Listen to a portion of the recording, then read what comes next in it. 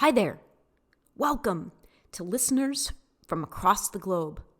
My name is Alyson, Noune, and this is Best Damn Reality, a new podcast intending to help bridge the spiritual and material worlds. Each week, I invite you to join me and to suspend all preconceived notions, to open your minds and your hearts to seeing everything from a much vaster perspective. Should you be enticed enough, please also consider visiting me on my YouTube channel and on my business Facebook page, both under the name Alyson Noune. Now, sit back, relax, and enjoy the journey. Episode 8, Meeting Visions. Big week for me, big recording for me this week. Likely you'll understand what I mean by that and why by the end of this episode, but I'm going to refrain from explaining it any further and jump right in here. First, allow me to connect last week's episode to next week's episode through this week. So last week was titled Anything is Possible, which is the tagline for a company that I've been very much involved with for the past 5.5 years called M.A.P.S.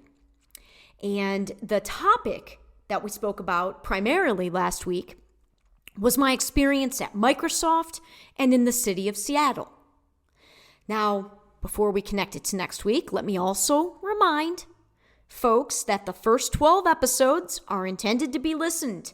The best way to try to feel and hear and receive the bigger picture that I'm painting and all the various layers of it and the intersecting, interweaving stories is to listen to all 12 episodes in order together as a chunk. Okay?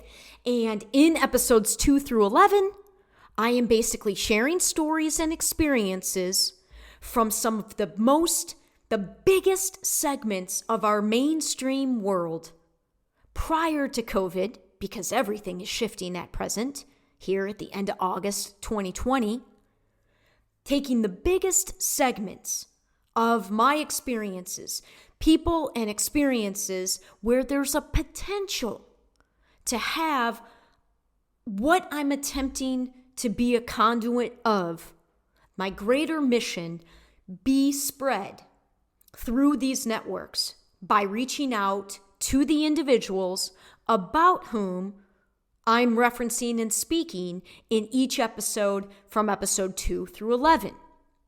And what is it that I'm looking to spread? Well, to be honest with you, it changes. The specifics aren't hashed out, and now I understand why they're not yet hashed out, because of the significant global shift taking place right now, where quite literally, my belief is that everything is shifting in huge ways. The way we do business, the way we educate our kids, the way we interact with one another, the way that we have healthcare, the way that we're quote unquote governed, everything in enormous ways is shifting right now, right before our eyes, right under our feet. And therefore, even though I've been imagining this and working for this now very consciously for 8 years, sort of in a waiting period for the next few months. We gotta see what things are gonna look like in 2021 before the specifics of my project that started this. Ripple 2020 is the project I introduced in episode 1. And generally speaking, Ripple 2020 is what I'm hoping and intending to spread through these very influential individuals of whom I'm speaking in these first episodes. Okay? So last week, we talked about M.A.P.S. and Microsoft, primarily Microsoft. Episode 12 is going to be entirely dedicated to M.A.P.S. And I also mentioned, seemingly a bit out of place, but I had to weave it in, my experiences, and it also just happens to represent my most prevalent, energetic presence in my day right now, are my experiences with this organic farm called Jessica's Stand here in Sarasota, Florida, and the tremendous influence that the farmer has had on me, his physical manifestation of his vision through his farm, growing organic produce for 40 years, long before organic was the in thing. This guy is the real deal. And all the people that I have met through that farm community. And for multiple reasons, I needed to introduce that. And without going too far on that tangent, as it pertains to this week, the connecting point is this little hippie college called New College that is here in Sarasota, Florida. By far, the vast majority of people involved with the farm, certainly when I started there back in 2008, the first time I lived in Sarasota from 2008 to 2010, I was a full-time plus worker at the farm. I had just stepped out of the mainstream world and had finally had the courage to take that first baby step to start following the much bigger calling that was taking place within me. And my first step was to leave teaching and to come, and it was my brother that influenced me. He is a New College graduate and was a worker at the farm. And prior to moving to Seattle, he encouraged me to take a little side journey here in Sarasota. And most of the employees at that time, the New College community in Sarasota and the farm community, there was a lot of overlap there. And this week, in this week's episode, we're specifically talking about a man named Rick Doblin and his presence on Joe Rogan's show, and my desire in the future here, in the not so distant future, to reach out to Rick once I have something a little bit more substantial in place for him and an ask of him to try to expose this work to Joe Rogan. And Rick happens to be arguably one of the most famous, if you will, successful, famous graduates of New College. And Rick's organization, the acronym for the organization that Rick Doblin founded and serves as the president and, main guy, the acronym is M.A.P.S. And it stands for Multidisciplinary Association of Psychedelic Studies. Specifically, they are doing work with MDMA and looking to scientifically prove its benefits, most notably in treating PTSD, and looking to have it be FDA approved MDMA to help PTSD patients. They also do research and studies on other psychedelics, but they're primarily have researched MDMA. Not that I am super well versed in what M.A.P.S does, but again, I'm touching down just generally and setting the tone here. And anybody that knows Joe Rogan, I don't need to explain further how big he has become, specifically and most notably of late in the podcast world. He was the first guy to really take what the capabilities of a podcast and launch it into the stratosphere, and as such, open up tremendous opportunities for people such as myself to start their own channel, speaking of their take on the world and their times, and putting their own little specific, unique touch to this wonderful medium of being able to reach, hypothetically, the entire globe over the airwaves of the internet. And Joe Rogan has, and it wasn't something he set out to do. It's something that he speaks of often. He says, it just sort of organically developed, but it has become a whopper of a societal influence. And I would say he is a tremendous connector between mainstream world and alternative world.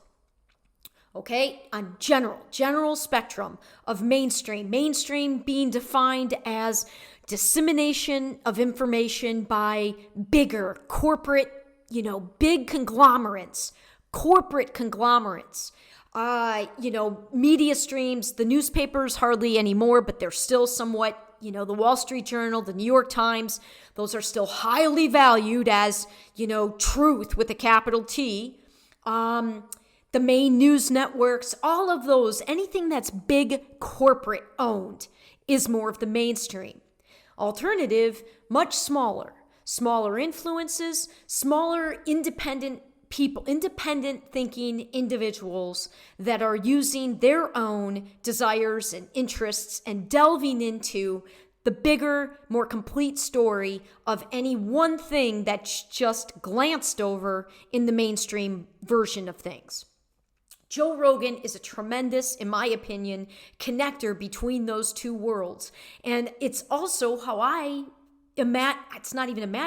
see myself equally, well, not equally, but I see myself in that same position where the vast majority of this life, up until 35 years old, I was living a very mainstream life, although not successfully, not happily, particularly, post-college as an adult. But I was, highly educated, multiple degrees, top athlete, top student, top overachieving person, but really wasn't, I just wasn't tapped into my own unique voice or my own unique calling. I was allowing myself to be heavily influenced by things outside of me and making my choices more so by what I felt outside of me was telling me to do directly and indirectly, as opposed to having the courage and the strength to follow my own voice. And the first thing it takes is a connection to that own voice, which I would argue the mainstream world takes us away from our individuality. It takes us away from our own voice. And it's more conditioned to get you to kind of go with a mass flow, as opposed to really increasing and encouraging individual lives out there, leading and interacting more as individuals, independent thinking individuals, as opposed to representatives of big corporations. So, Rick Doblin has been interviewed by Joe Rogan 3 times over the years in his capacity of being associated and the founder of this organization called M.A.P.S. And again, if you're only just a little bit familiar with Joe Rogan, a couple of primary things that almost everybody that's aware of him knows that he has tremendous interest in, and he's a big believer and supporter of psychedelics and marijuana. So in today's episode, one of the main reasons this is a big one for me is that, to be honest with you, there's not, especially in my network prior to my awakening, I don't know this for a fact, but a lot of how I gauge things for me, obviously, first and foremost, based on my direct experience, but I am also tremendously sensitive energetically, and as I alluded to earlier, very strong on that emotional side and feelings, really going deep with feelings and getting very nuanced with how things feel. Almost the closest example or thing I can relate it to that might help people understand kind of what I mean is to use musical notes and sort of how the subtlety between, B and B flat, A and A sharp, subtleties, and how gifted musicians can hear those subtleties just with their ear. I feel as if in my examination of my own life and really going to unprecedented places with my emotions in the past 10 years, and with attempting to follow these very intuitive feelings that I cannot point to, cannot describe, in an effort to manifest them into physical reality, using my feelings as my guide, manifesting a very different physical human reality for myself versus how I was living before, which was very reactionary, feeling and looking at what had already existed, what was already in form in front of me, and not understanding what had created that. And again, without going too much further on that tangent, all to say that the nuances of the feelings, if I were to make a generalization, and I try to do that very limitedly, but it is necessary to some degree still, I would say that the vast majority of my network, primarily my family and all the people that I was close to in all the various work environments up until 35 years old, my sense is that not a great deal of them had direct experience with marijuana or mushrooms. And I didn't have. I had very little experience with either one of those substances until 2008. At which point, my world was broken up. And Joe Rogan, huge supporter of psychedelics, specifically mushrooms, and of marijuana. And it was in that capacity that he hosts and loves chatting with Rick Doblin, because Joe also, in a very, he values science. He values factual things that are proven. So I don't know, would he have had Rick on if Rick wasn't pursuing the study of alternative medicines that blow open the unseen world to be felt? He's doing it scientifically, attempting to make it and to measure it scientifically, to measure these effects. Would Joe Rogan have had Rick on just to talk about it in general without the science? Probably not. He probably only learned of Rick through the studying and educating, the self-study that Joe does when he finds something of interest to him. He likely was just delving further into psychedelics when he stumbled upon the organization of M.A.P.S, because it's a rare thing. I don't know that there's anything like that organization. And this week, and let me connect this with next week's. So last week, we talked about the farm and my influence by lots of New College people at the farm. Rick Doblin is this week. Rick Doblin is a graduate of New College, but more than that, when I unexpectedly landed back in Sarasota, Florida, after the move to Seattle, where the goal in 2011 was never to return to Florida. My journey, however, brought me back at the end of 2012, and I ended up renting the master bedroom in a home here in Sarasota that is Rick Doblin's home. A home that he literally, with his hands, built with his friends, and I was living in it, and everything I am doing, my company of me, which is my physical, earthbound representation of what I claim is my soul's mission. My soul, my higher part of myself, came here through the character of Alyson with a mission, as part of the greater human mission, all related to the massive spiritual awakening taking place. And in order to execute that in the physical, I needed to establish my company of me. And all of that was born in Rick's home. And we're going to get further into that as we dive into this week's episode. And I'm connecting it to next week. Next week is about the KOSOVE Society. And in general, the KOSOVE Society is comprised of wicked smart individuals, very book smart, school, mainstream educated, very, very smart individuals. I've not been active with the KOSOVE Society in quite a while, and I'll dive into more of that next week. If you've been listening, you know I've referenced the KOSOVE Society in multiple episodes, most notably in episode 1. An academic, hugely prestigious academic honor society at the University of South Florida. I received a full academic scholarship after relinquishing my athletic scholarship through the KOSOVE Society. And then I got it again as a graduate student. But I have not been active for many years. And we're going to go into why in next week's episode.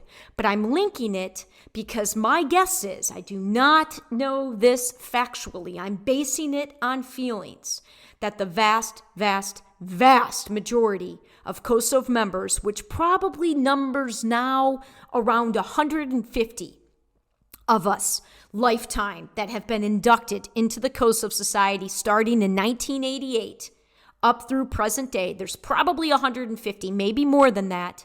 I would bet very few have had experiences with mushrooms, perhaps marijuana, but probably not much beyond that, if at all, experiencing on their own personally with marijuana.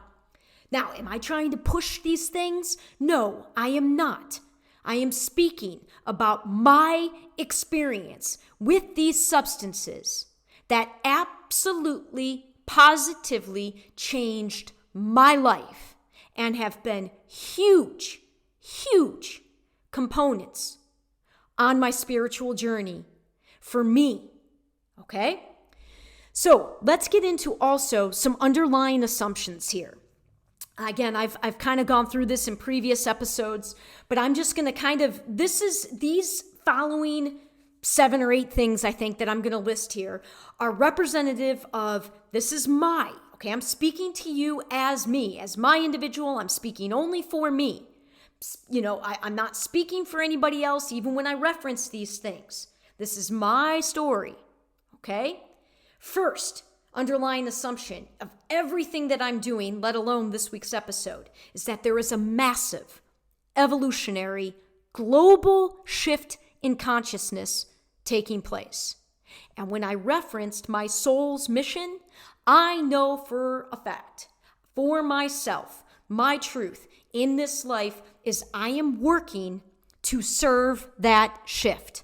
I want nothing more than to be part of co-creating a very different version of mass reality than what we have experienced for eons prior to this point. I don't believe war has to be necessary. I don't believe fear, control with fear is necessary. And I'm not going to go off on it anymore. There is a shift in consciousness, a shift to oneness, a shift to love, a shift to thriving communities for many, many, many, many, many millions and millions and millions of more than what we see thriving across our planet at present.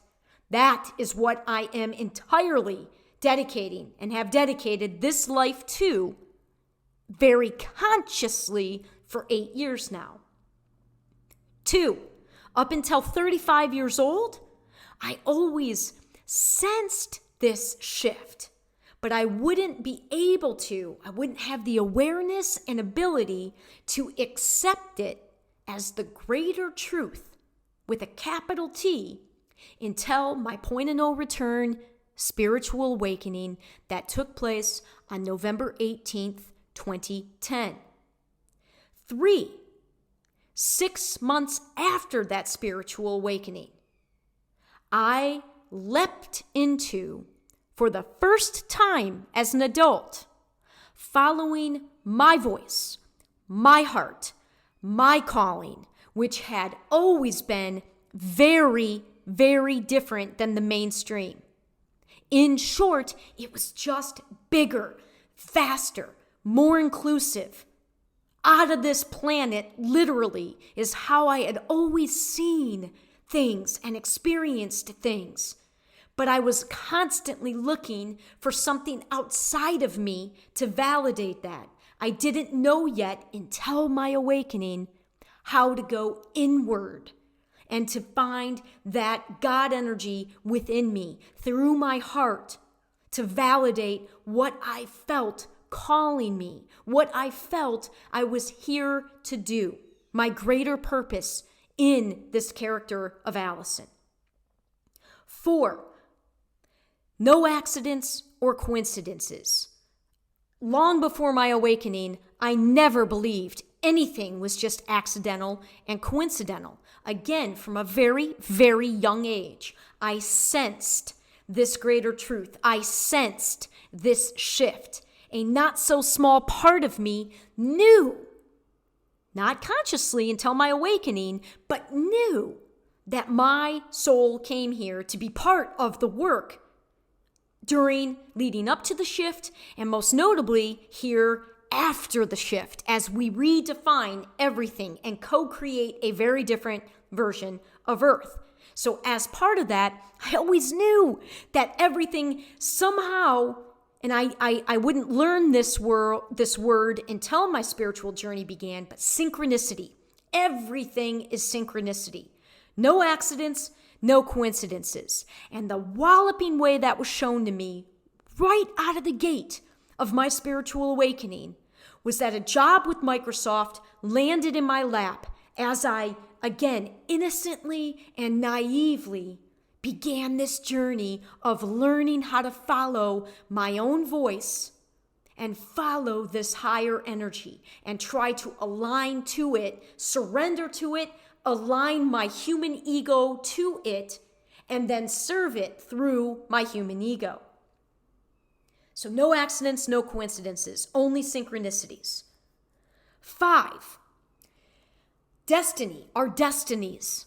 In 6th grade, I was won second place in my middle school. I was a 6th grader, and out of all the 6th, 7th, and 8th graders in a school of almost 1,000 total students, I earned the second place in a speech contest called Destiny. The title of it was Destiny, Choice, Not Chance. Well, interestingly, I would not later believe exactly. Looking back, I even still have a rough draft copy of that speech, not the final copy of it, but I absolutely know now that that wasn't even accidental. The fact that I had written a speech and as such been exposed to just even contemplating what destiny, what does that even mean to manifest one's destiny? What, and examining what it meant by, considering it from a chance perspective versus a choice perspective.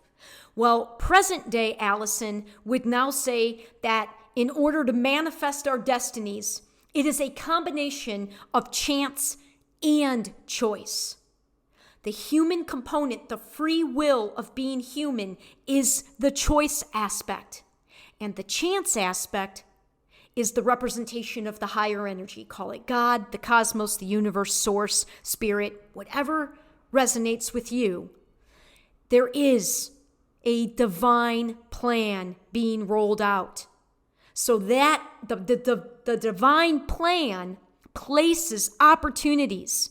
Things are not happening as an accident. It's the synchronicities. That's God. That's spirit working. But you, in your human ego character, still have to make free will choices when those opportunities come. Okay?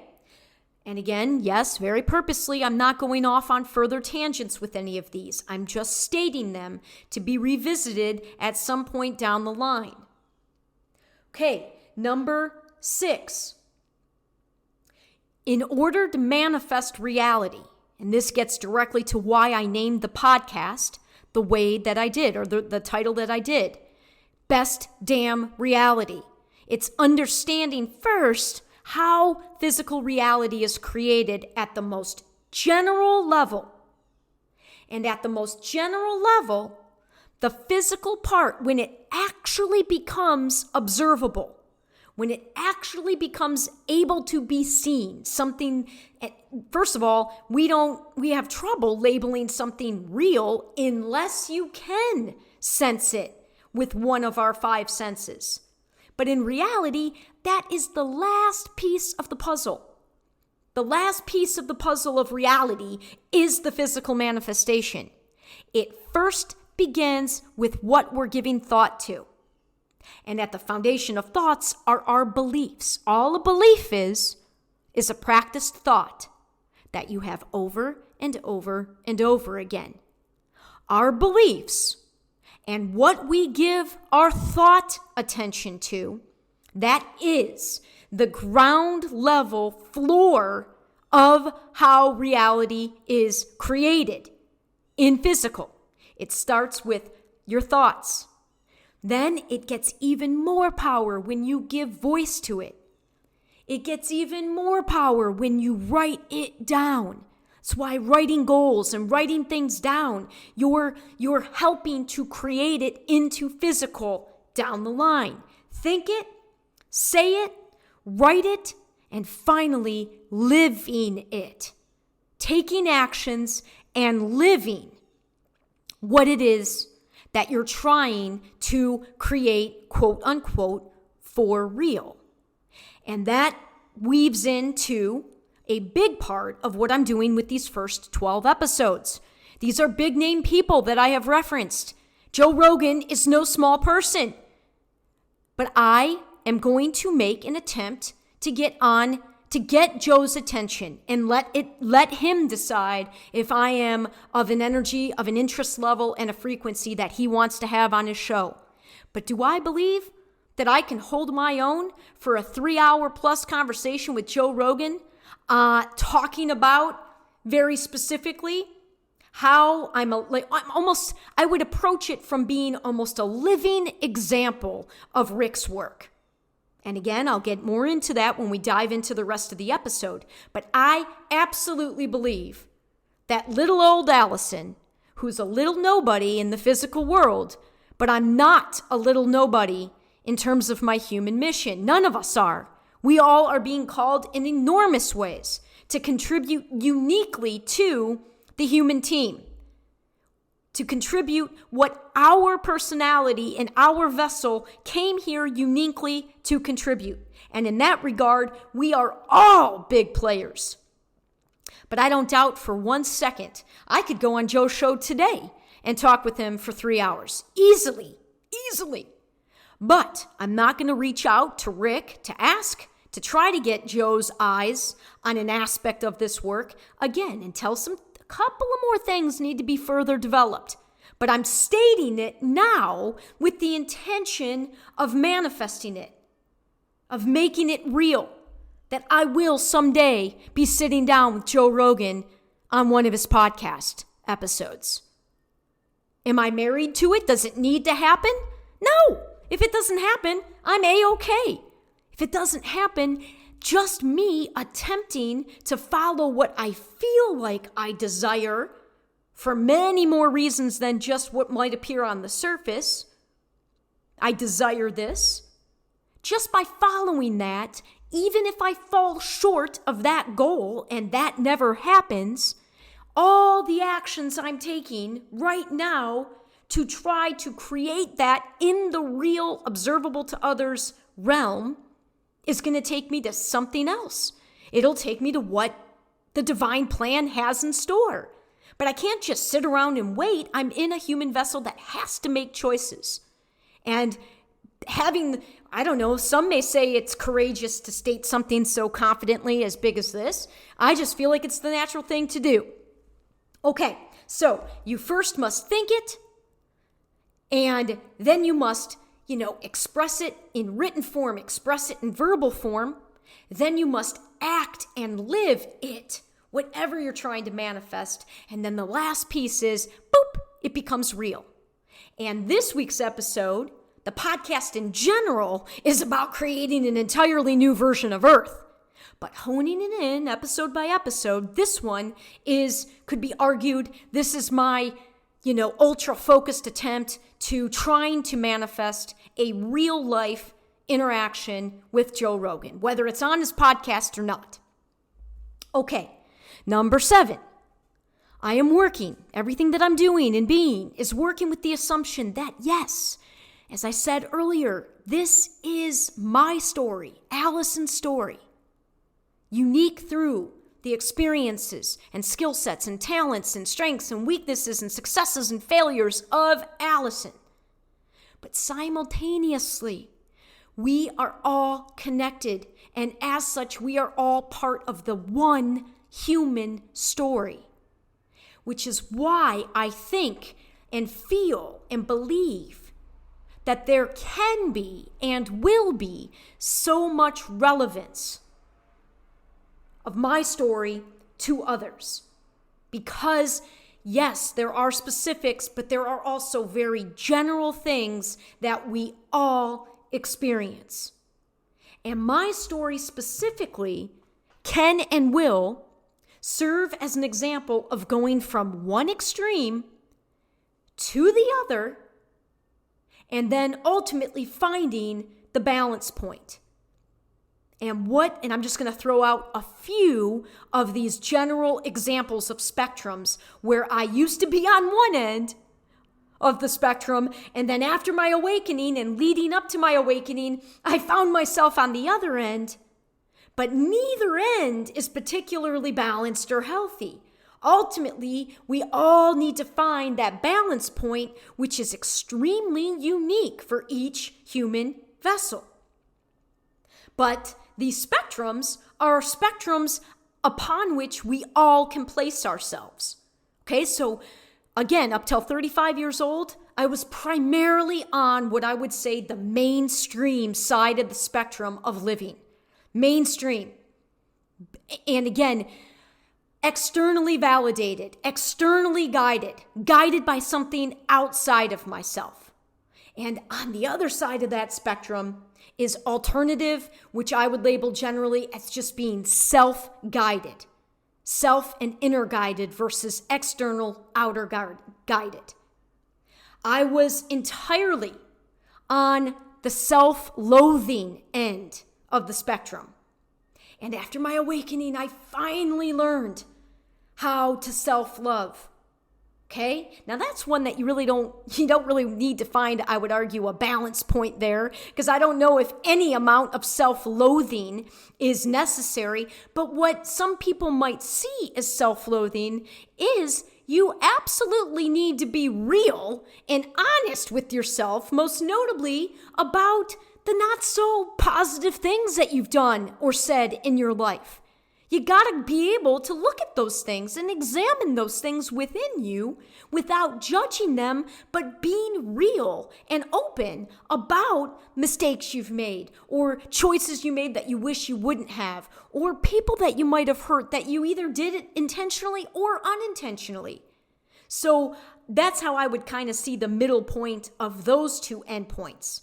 But at my core, I was self-loathing from 12 to 35 years old, for the most part. And now I'm very new still to learning what it means, what it looks like, what it feels like to love myself. And to know that all the serving that I want to do to humanity at large and to individuals in my life, I'm not able to do any of that anywhere near my ability until and unless I'm first taking care of myself. I like to call it divine selfishness. Okay? You do have to take care of yourself. None of us want somebody else outside of us to take care of us because nothing outside of us can guide us better than we can guide ourselves. The goal is to begin to guide humanity and guide all the individual humans to learn how to self-govern and self-guide through the God energy that is all of us, through the emotion of love, which represents another spectrum. I was not fully aware of it, but very much living guided by, motivated by fear, as opposed to being inspired by love. Okay? So that's another huge part of the shift taking place. And separateness on one end of the spectrum versus oneness. And these are fine lines because yes, we are in separate bodies, in separate personalities, but at the essence of all that is, we are unique, separate expressions of the one same, all-encompassing, all that is energy of consciousness. So it's learning how to navigate those extremes and finding the balance point, which is closely related to the spectrum of ego and spirit. A lot of the spiritual work that I've come across over the past decade, more of it than not, I would say, portrays our ego to be a negative thing. It's not. You just have to have it in check. Our ego, our personalities is what we're here in form navigating life through. You can't deny your ego or deny your personality or deny your character. The shift is turning over the driver's seat to spirit, to something bigger than you, learning how to connect to it and have that be the guiding point, but then your ego still needs to make the choices. Okay, so not sure how clear any of that came out, but those are sort of the, just kind of stating all these energies, all these assumptions that not only underlie this episode, but also serve as underlying energetic representations and beliefs of everything that I am intending to be and do with my work. All right, let's jump into, oh my gosh, I could go off for hours upon hours on, what a role. Let's start with the first time I smoked marijuana. Because honest to God, this plant and for so many years, and I would say even kind of present day, I still hesitate around people that I feel. And I know sometimes it just by what they say in their judgments of, to judge somebody that smokes weed is just, it's ridiculous to me that you treat weed any differently than alcohol. When you know all the damage. And I have lived relatively recently, very closely, had a front row seat in a very close relationship to alcoholism. And it was nothing short of dark. And it's a dark substance.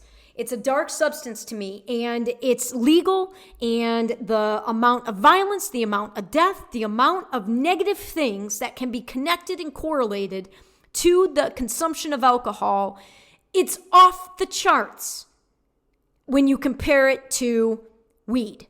Weed, one of the worst case things that weed can do is make you lazy, right? But to basically demonize people that smoke weed, and that's kind of how I was brought up, and a lot more so 20, 30 years ago, because clearly it hadn't gotten to the point, there's a lot of correlation between the way I was raised as sort of a goody-goody, rule-following.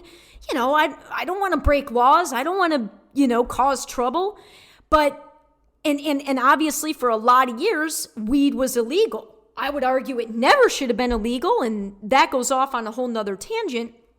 But there are very few people that were close to me up until my awakening, that I could even speak to about when I first started smoking weed regularly, which was in 2010. So I was almost 30 years old before I smoked weed for the first time. In fact, I remember having the opportunity to smoke it. I had denied my very first opportunity was in Australia.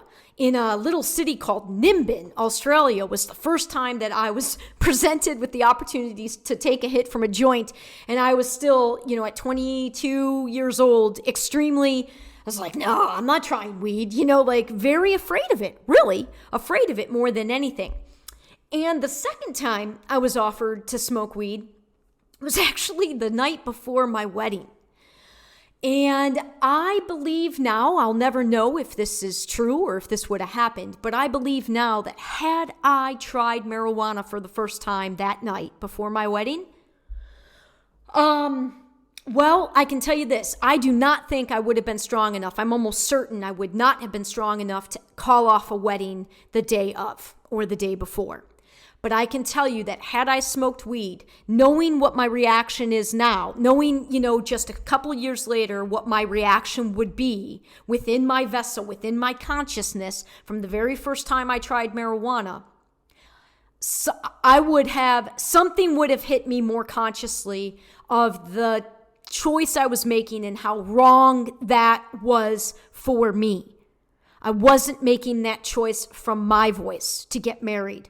I was making that choice very much from what I felt pressured by society, given my approaching age of mid-20s. Just all these things, right? And had I smoked weed, something tells me I would have had a much more conscious level of awareness of that, and as such, likely would have gone down that aisle knowing I was making a mistake. As it stands, I didn't have any level of conscious awareness that I was making a mistake when choosing to marry somebody at a time and when I didn't even know myself, and it was in no position then to commit my life to somebody else when I didn't even know what I was committing to that person. I didn't know myself. Not really, not at all. Not the essence of me, not what my purpose was, not at all at a place to make that commitment. I knew that on some level, and it probably wouldn't have taken much uncovering to find that. But I did not go down the aisle of my wedding knowingly making that mistake. I didn't.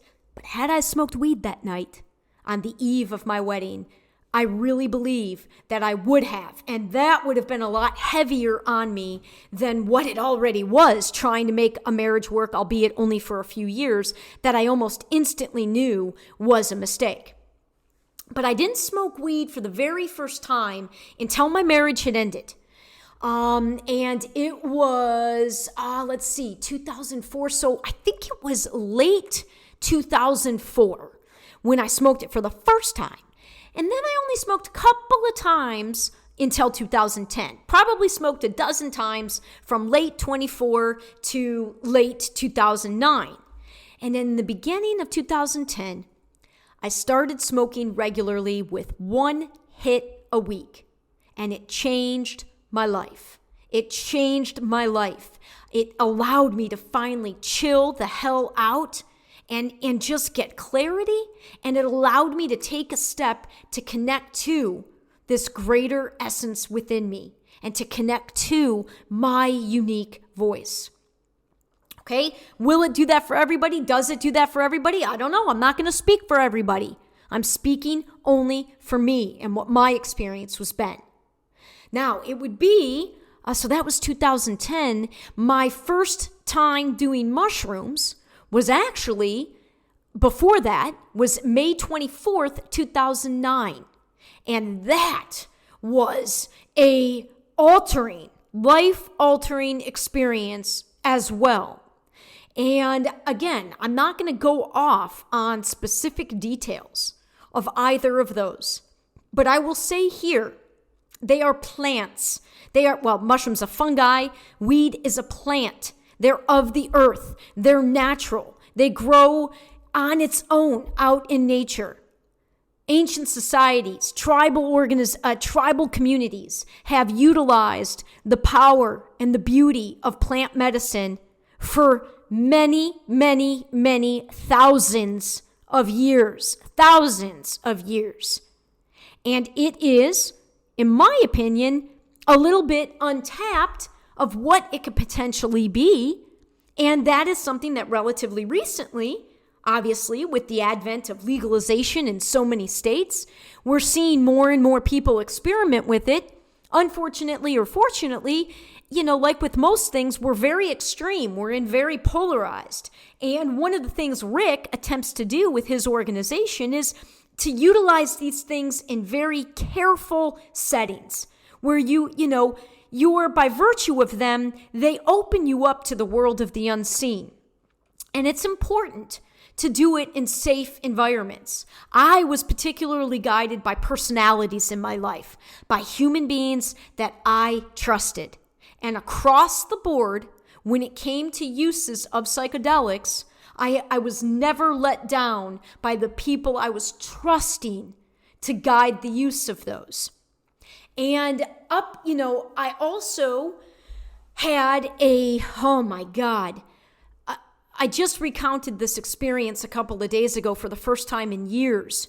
But on July 4th, 2010, 2 days before I would depart to Michigan for my healing year, just a few months before my point of no return spiritual awakening, I had a group experience with like 20 to 25 of us, guided by this beautiful elder shamanist woman from California. The experience was here in Sarasota, and it was only utilizing weed butter, marijuana butter, was sort of the medicine that we used in this group setting, and had, I think without doubt that experience on July 4th it would end up being sort of the last piece that I needed to have that breakthrough point of seeing, accepting, and trusting myself to follow this greater,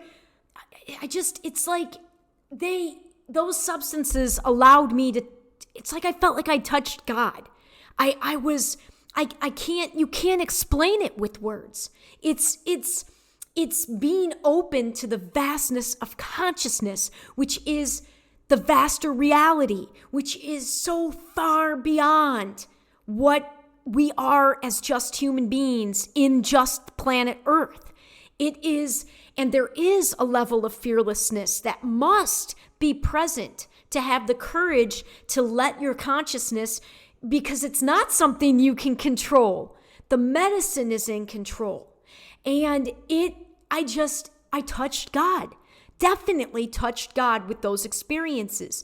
And each time it allowed me to feel more and more confident that even though I couldn't explain it, point to it, like it wasn't real in the sense of everything that I had been brought up to believe represented reality, which at that point was only what I could see, touch, taste, hear, feel. The only way to get comfortable with it is, is to feel and experience the unseen in a way that's through something you can control. I was experiencing it with the medicine as a guide, and in some cases with a shaman-like person guiding the experience. And each time it was allowing me to connect to that aspect of myself within myself, and I connect to it through my heart, through the emotion and feeling of love, through a desire to live in a world of oneness where I want to live in a version of Earth that manifests more of that versus the very limited, rule-based, fear-based, control-based, aspects of our mainstream reality at present. And the substances that very much aided, along with getting more and more familiar with meditation and quieting myself and slowing myself down, all of those were huge factors.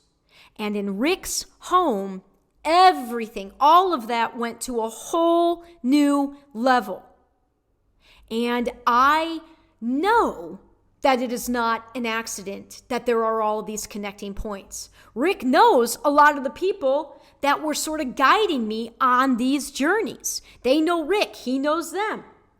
And a couple of these journeys were done after relocating from Seattle in that home, in that beautiful, magnificent home of his. And it used to be called the M.A.P.S house, but when I lived there, they had changed the name to Arcturus. And I was only there for a little over 3 months. But all of my blog, all the writing that will be the foundation for at least one book was done in that home. The energy of being in the master bedroom where Rick himself had lived for multiple years on his own, decades before I was there. The energy of the walls of that home, because it had housed, for the most part, new college students. For the most part, the people that had rented that home over all the years, because Rick went to Harvard for graduate school and lives up in Boston. And his organization, I believe, is based out in, I don't know if the organization is in New York or if it's in Boston, but it's up there in the Northeast. So Rick hadn't lived in his home in Sarasota for a very long time. He rented it out, and it was primarily rented out to new college students. I had been there one time. Well, my brother used to rent space in the backyard there. He had a tent pitched in the backyard and was living there for a time period. So I had been there a couple of times, but I had been there one time for a party prior to living there. And let's just say that the energy present in that home in general was combined with lots of super smart people. New college students are off the charts intelligent, book smart wise. But generally speaking, they also happen to be way more open to use of psychedelics, certainly than my mainstream network of super smart people that I was a part of. We definitely weren't smoking weed and using psychedelics, not even close. We didn't even talk about it. We weren't even tempted by it. And again, there's no judgment here, good or bad.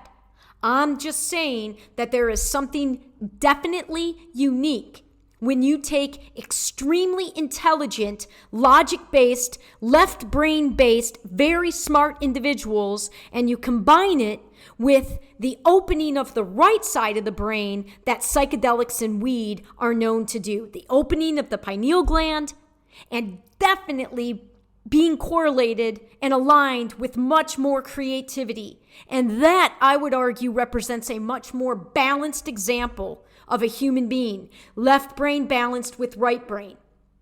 Masculine balanced with feminine. Ego, physical based, balanced with spirit based, unseen world based.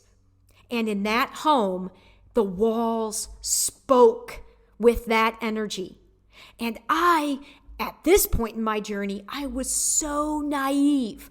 I was wide open to all of it. I didn't have much discernment at all. And thankfully, I wasn't misguided by following this, because I have always been guided by love. I've always wanted to be able to live fully, openly, honestly, directly, without judgment, and trusting that others are living with the same foundation. And that collective energy is what represents the M.A.P.S house and Arcturus. And that is what, as by virtue of my business, my company, which is the launching of my vision, happening within the home that was one of many representations of Rick's visions. They're linked. They're linked in my story. And I made Rick aware of how profoundly his home and my time being in his home was affecting my journey.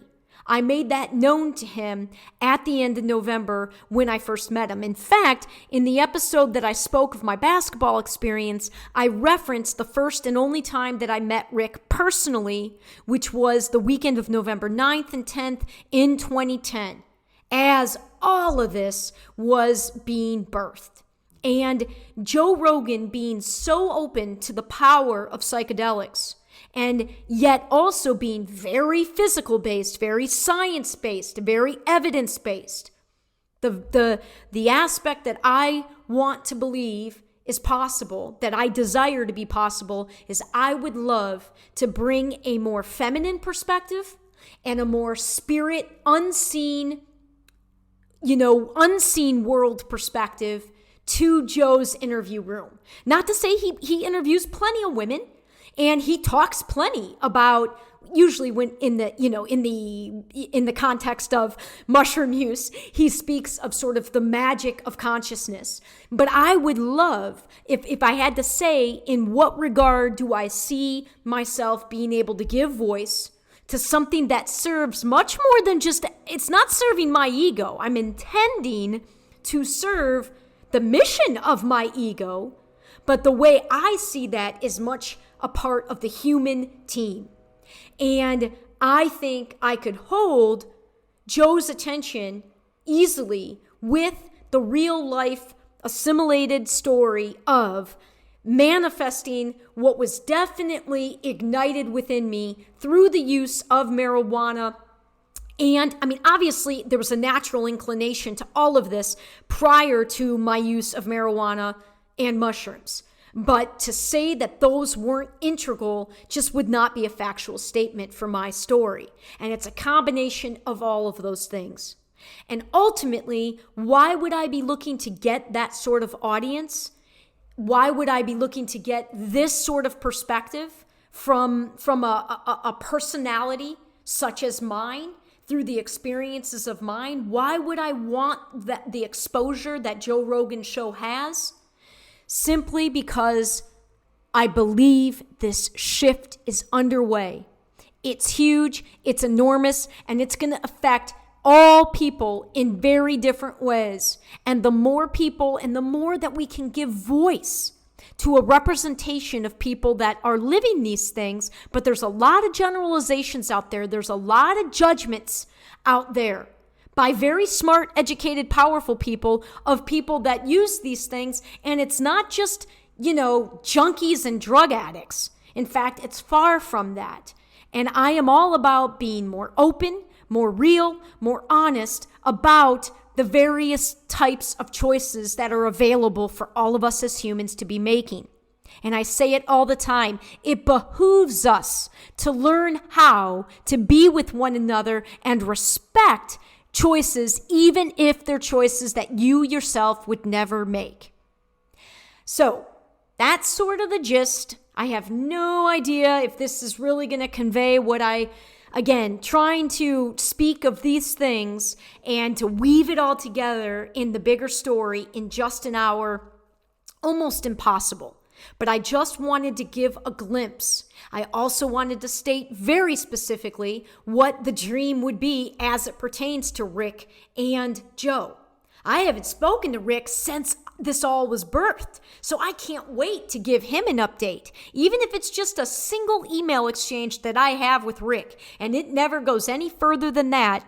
That will feel so magnificent, because the 2 emails I did exchange with him way back when this all began at the end of 2013, I still have them in my email account, and I just reread them this morning, and it's magic. Because everything comes down to energy and not being attached, following your heart, making choices based in love, but not being attached emotionally, physically, or otherwise to having or needing something specific to happen. I would love an interview with Joe Rogan to happen, but if it doesn't happen, it's absolutely a-okay. But what I can guarantee is it won't happen if I'm not giving voice to it, being courageous enough to state something, and courageous because if it doesn't happen on the surface level mainstream approach to things, it can look like a failure, that I failed. And I don't believe in failures or mistakes. There's only things that happen that are desirable and things that happen that are undesirable. And I don't label it, I'm okay if it never happens. And I'm completely confident in making the statement that I did. And I would love to conclude just by expressing tremendous gratitude to both of these men. Rick living his vision. Clearly this guy, to have the courage to do what he's, in his time, to go off to try to scientifically prove the validity and the ability of psychedelics to serve health and well-being. That's a pretty courageous thing to do at the time that he did it. M.A.P.S was founded in 1986. I don't think there were a lot of people trying to give, this sort of scientific validation to something that had a probably different connotation in terms of the psychedelics. Him having the courage to live his vision, anytime any one of us has the courage to follow our voice and to manifest our dreams, it gives and paves the way for everybody that's doing it, quote unquote, after us. And Joe Rogan, oh God, he's like one of my biggest role models and inspirations. I love watching his interviews. I love what he does. And if I had the recent interviews that I've watched with him, I would say that I would be potentially sort of a combination of the interviews that he's had with Graham Hancock and Randall Carlson about ancient societies, the interviews he's had with crazy Alex Jones, who's known kind of as a conspiracy theorist, and a guy that almost has a heart attack anytime he speaks because he's so amped up. But Joe is good friends with Alex Jones, and I kind of speak of sort of the same to some degree, some of the things as Alex, but coming at it from a very feminine perspective versus Alex is just all guy. He's man, and guns and violence and protecting, and I'm not judging it. I'm just saying I could serve as sort of I watched his most recent one with Alex Jones and thought some of the stuff that Alex is bringing to the surface is so important, but he can potentially turn a lot of people off because he's so amped, because he kind of comes a little bit more from more of the violent side. And I appreciate the work that he does. Don't agree with everything that comes out of his mouth, but I liken some aspects of what I feel comes through me to some of what Alex does. definitely Graham Hancock and Randall Carlson. I watched an episode from 4 years ago with Jesse Ventura, who was the former governor of Minnesota. Oh my God, tons of things resonated with me in that episode.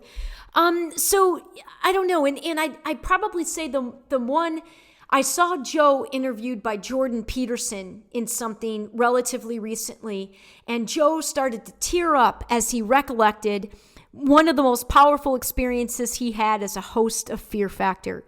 And Joe has a soft spot for people pushing themselves and achieving things beyond what they thought they could do. And he spoke of this mother-daughter team that took on this father-son team in like the finals of a Fear Factor episode. And the guy literally was brought to tears as he recollected the power of being a huge part of being the motivator and supporter and inspirer of this female team to show themselves what they could do beyond what they ever thought they were capable of doing. And I would say that is the greatest aspect of Joe that I appeal to, that I resonate with, and that I sort of appeal to as, on behalf of all humanity, I promise I'm going to put something together that suits his environment, that tries to serve all of us. And I just thank him for the work that he does, because it's just, again, may not agree with everything that comes out, all of his perspectives, but he gives voice to independent thinking. He does the research on his own. He's wickedly smart and intelligent, and he provides a platform for many perspectives that wouldn't otherwise get any sort of shot. And at this time in our planet, we need alternative perspectives and alternative voices to have greater platforms. So thank you to Joe, but especially to you, Rick. The role your home played. I mean, I know you didn't directly make a choice to support me or to help me or to be part of my journey, but you were by extension. And I thank you, and I look forward to reaching out to you soon. And to all you listeners, thanks for sticking with me if you stick through these 12 episodes, because they are, a bit all over, a bit out there, but they are being guided, whether you're able to believe it or not. They are definitely being guided, and the intention is coming from something much beyond just the character of Alyson. But the character of Alyson is all I've got to use to communicate and live the greater truths that I've experienced and that have been exposed to me, and that have represented my greater reality now for almost a decade. Okay, have a great rest of your days, and we'll talk to you next time.